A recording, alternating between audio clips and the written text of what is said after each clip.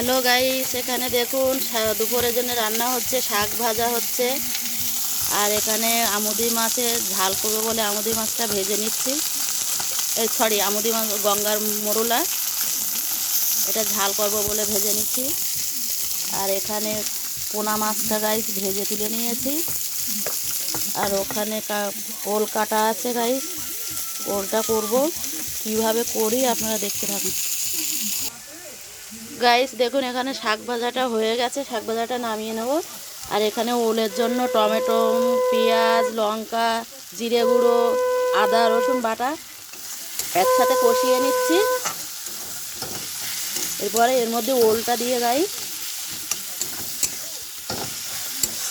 দেখুন মশলাটা দিয়ে তেল ছেড়ে গেছে গাইস। এখানে দেখুন ওলটা কষানো হয়ে গেছে, এবার জল দিয়ে দিয়েছে।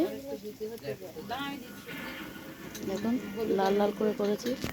আর এখানে গাংমরুলা মাছের জন্য মশলাটা কষিয়ে নিচ্ছি গাইস, এরপরে জল দিয়ে দেবো।